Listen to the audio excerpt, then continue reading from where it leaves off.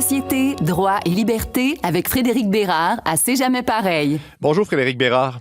Bonjour Frédéric Tremblay. On va revenir sur sujet incontournable cette semaine malheureusement, les massacres qui ont été perpétrés à Boutcha et dans d'autres villes des régions en Ukraine qui ont choqué la communauté internationale. Il y a plusieurs pays qui ont dénoncé ces atrocités et qui ont utilisé le terme crime de guerre. Il y a aussi génocide qui a été évoqué.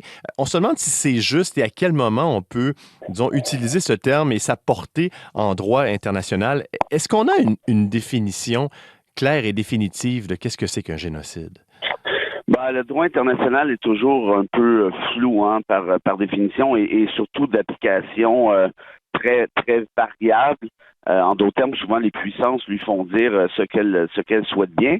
Mais je pense qu'on peut s'entendre par contre sur une définition plus générale. Un génocide, c'est une volonté de nettoyage ethnique, si je peux employer le terme, où on souhaite donc mettre fin, par exemple, à une culture, à un peuple, évidemment, qui partage une culture X, Y, souvent une même langue, et ainsi de suite. On aurait pu penser en droit international encore, ou on pourrait penser en droit international au massacre, Frédéric, des Tutsis, on se souvient, lors du génocide du Rwanda. Ça, c'est clairement ce qu'on peut dire, un génocide au sens fort du terme en droit international. Là, on parle de mots, crime de guerre, génocide. Pour plusieurs, c'est de la sémantique, mais malgré toute l'indignation, en quoi ça aide le peuple ukrainien dans l'immédiat, là? Parce que ça se poursuit encore, là, les massacres ou encore la crise en Ukraine. Moi, si tu te souviens bien, depuis le début de l'invasion, c'est-à-dire le 24 février, j'ai dit assez clairement que le droit international démontrait encore une fois toute son impotence, son inutilité. Ici, encore une fois, je pense que tu as parfaitement raison dans l'optique où ça reste essentiellement un débat sémantique, parce que même si ce n'est pas un génocide au sens strict du terme, ça reste néanmoins un crime de guerre qui existe en fait depuis le 24 février en question. Là. Et ceux-ci, c'est-à-dire les crimes de guerre en question, s'accumulent, on le sait bien. Vladimir Poutine viole tout ce qui existe en matière de droit international, que ce soit le droit de la guerre, le droit des réfugiés, et ainsi de suite. Bref, est-ce que ce droit-là vient en aide ici aux civils? La réponse, c'est non. Tout ce que je peux voir, moi, auprès de mes amis internationalistes, c'est qu'ils compilent la liste des violations. Je trouve ça bien sympathique, là, mais je ne vois pas trop ce que ça donne dans l'immédiat et je ne vois pas trop non plus, Frédéric, ce que ça donnera dans le futur. Pourquoi? Parce que le droit international... Il y en a qui disent oui, mais par la suite, on pourra juger Poutine pour crime de guerre. Je vous dis tout de suite, moi, je penserais pas que ça va arriver. La meilleure raison à ça, ce serait la suivante. Trouvez-moi un dirigeant d'une force international qui a été jugé pour crime de guerre. La réalité, c'est que vous n'en trouverez pas. George Bush n'a jamais été jugé pour crime de guerre et Henry Kissinger a même déjà remporté le prix Nobel de la paix. C'est vous dire l'ironie de l'affaire. Mais est-ce que ça veut dire qu'encore une fois, puis je sais qu'on en a déjà parlé ensemble, que en droit international, les grandes puissances sont carrément exemptées?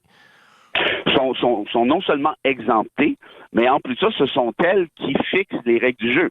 Comme ici, on s'en souvient peut-être, quand le Conseil de sécurité a voulu adopter une résolution pour blâmer, en fait, l'invasion russe, qu'est-ce qui est arrivé? C'est que la résolution comme telle a été stoppée par le même Conseil de sécurité, c'est-à-dire par la Russie, qui a un veto dans ce même Conseil. En d'autres termes, le droit international est fixé, essentiellement, soyons sérieux, par les grandes puissances et les règles du jeu éventuelles ou leur application sont aussi fixées par ces grandes puissances qui détiennent, on le sait, à peu près toutes, un veto, ce qui vient changer la donne de manière assez drastique.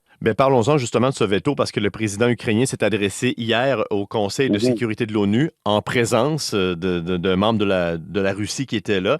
Est-ce que c'est un exercice utile ou encore une fois, on est encore dans la relation publique et dans l'image?